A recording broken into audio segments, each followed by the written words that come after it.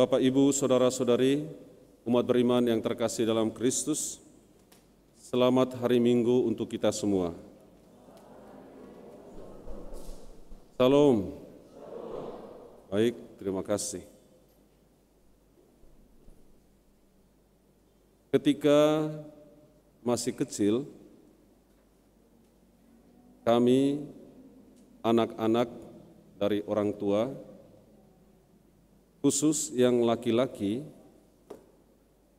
selain mendapat tugas untuk mengurus ternak, juga bekerja di ladang. Setiap pulang sekolah, kami biasanya langsung menuju ke ladang. Dan bapak saya biasanya membagi ladang itu kepada kami bertiga yang laki-laki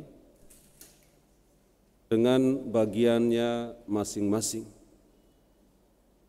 Maksudnya supaya kami anak-anaknya bertanggung jawab atas bagiannya masing-masing. Membersihkan ladang, merawat tanaman, menjaga, dan lain-lain. Suatu waktu kami sepakat bertiga menanam tanaman yang sama di bagian kami masing-masing, yaitu menanam kacang tanah. Lalu adik saya, supaya tanamannya lebih bagus, mengurangi penguapan, dia menutup tanamannya bagiannya dengan daun-daun pisang. Setelah itu kami kembali ke rumah. Lalu beberapa hari kemudian kami kembali ke ladang. Dan Bapak, Ibu, Saudara-saudari, alhasil harapan adik saya tidak tercapai. Ketika ia melakukan sesuatu yang lain dari kami berdua, saya dan abang saya, dengan maksud agar tanamannya lebih bagus dari kami, malah tanamannya yang rusak. Kacang itu tumbuh tidak lurus lagi, tapi sudah ke sisi kiri, kanan, bengkok, dan lain-lain, karena ditimpa daun pisang. Adik saya diam saja. Lalu ketika sore hari kami kembali, adik saya katakan, abang berdualah duluan, saya belakangan, katanya. Bapak, Ibu, Saudara-saudari, kami tidak tahu apa yang dilakukan oleh adik saya. Lalu minggu berikutnya kami kembali ke ladang. Betapa kecewanya saya dan abang saya melihat tanaman kami berdua di bagian lahan kami. Semuanya sudah berpatahan. Rupa-rupanya waktu kami pulang duluan, adik saya merusaki semua tanaman kami. Bapak, Ibu, Saudara-saudari, umat beriman yang terkasih dalam Kristus. Sebagai saudara-saudari kandung dalam sebuah keluarga yang dilahirkan oleh ayah dan ibu yang sama, dibesarkan oleh orang tua yang sama, masih tetap ada yang namanya kejahatan, meskipun dalam skala yang kecil ya, yang berangkat dari rasa iri hati, cemburu, dengki, dan lain-lain. Ini masih dalam satu keluarga yang sama, dikandung dalam rahim yang sama, apalagi datang dari lahir rahim yang berbeda, dari kandungan yang berbeda. Bapak, Ibu, Saudara-saudariku, umat beriman yang terkasih dalam Kristus, bersama gereja semesta hari ini kita merayakan pesta Kristus Raja semesta alam. Perayaan ini sudah dimulai, ditetapkan menjadi sebuah perayaan dalam liturgi gereja itu pada masa Paus Pius ke-11 pada tahun 1925. Tepatnya ketika Paus Pius ke-11 mengeluarkan sebuah ensiklik yang pertama, Aquas Primus.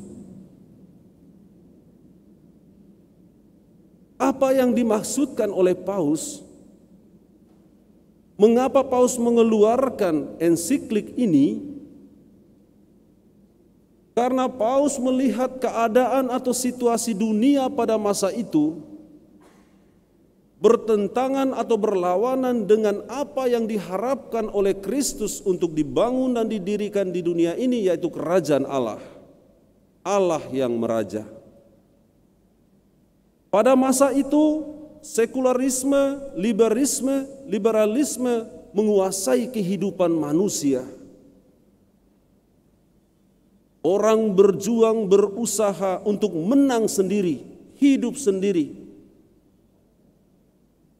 Dalam skala kecil, contoh kecil tadi, itulah kami bertiga, abang beradik. Orang tidak siap untuk melihat ketika saudaranya lebih baik dari hidupnya, dari dirinya, lebih terkenal, mendapat banyak pengikut dan lain-lain. Orang tidak siap untuk melihat orang lain sukses berhasil. Antara suku, bangsa, negara berperang. Dan lebih repot lagi, peperangan itu dilaksanakan dengan beragam intrik. Intrik politik, sosial, dan macam-macam. Bapak, Ibu, saudara-saudari umat beriman yang terkasih dalam Kristus, kerajaan Allah yang diharapkan bertumbuh dan berkembang dengan hadirnya Kristus di dunia ternyata dihalang-halangi oleh kerajaan yang bukan kerajaan Allah, yaitu kerajaan iblis tentunya, kerajaan setan, kerajaan yang jahat. Bapak, Ibu, saudara-saudari umat beriman yang terkasih dalam Kristus, itulah latar belakang perayaan ini ditetapkan dalam ensiklik itu, dan Paus merasa ini tidak cukup hanya melalui seruan, melalui sebuah ensiklik surat apostoliknya.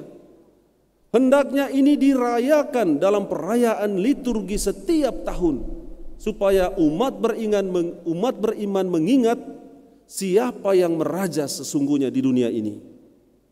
Karena itulah, maka pada tanggal 11 Desember tahun 1925, Paus Pius ke-11 mulai membiasakan orang untuk perayaan ini hendaknya dirayakan di gereja.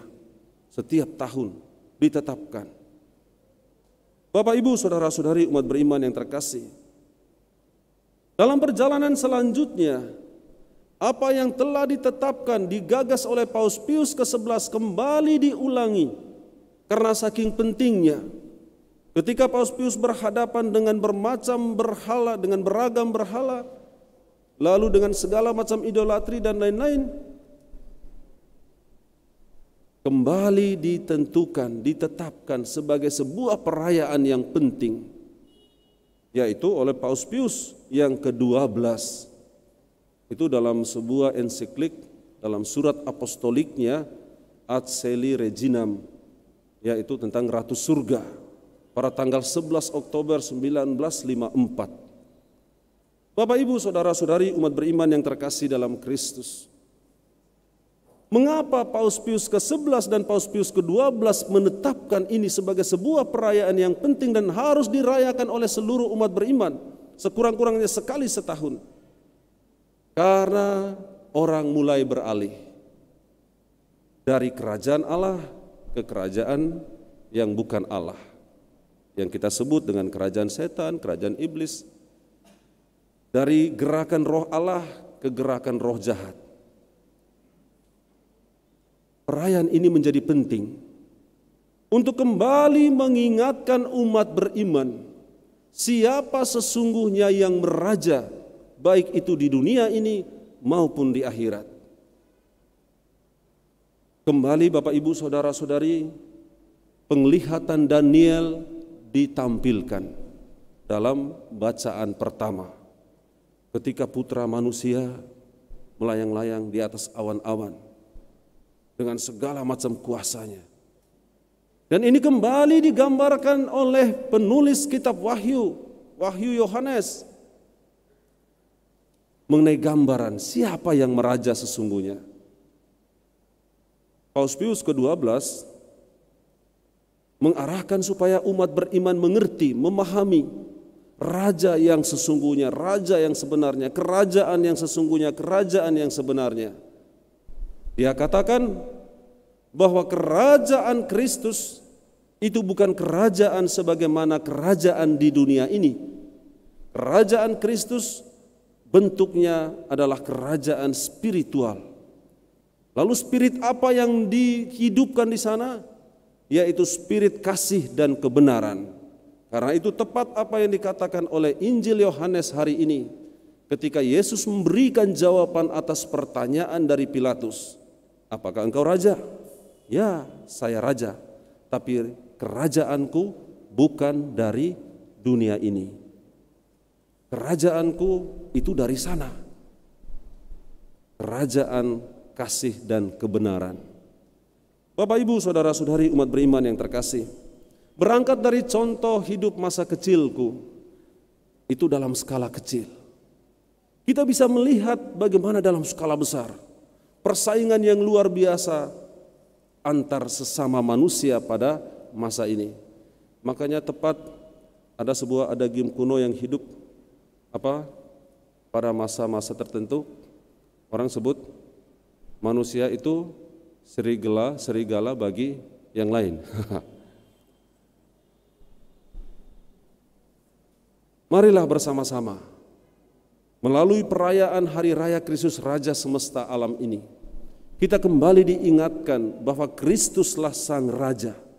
Kerajaan Kristuslah yang harus dibangun, kerajaan yang digerakkan oleh roh kasih dan kebenaran.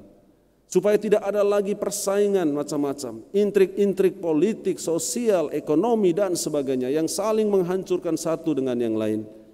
Dan semoga perayaan hari ini menumbuhkan semangat kita untuk membangun kerajaan Allah, kerajaan Kristus dalam kehidupan kita sehari-hari, dalam diri kita masing-masing.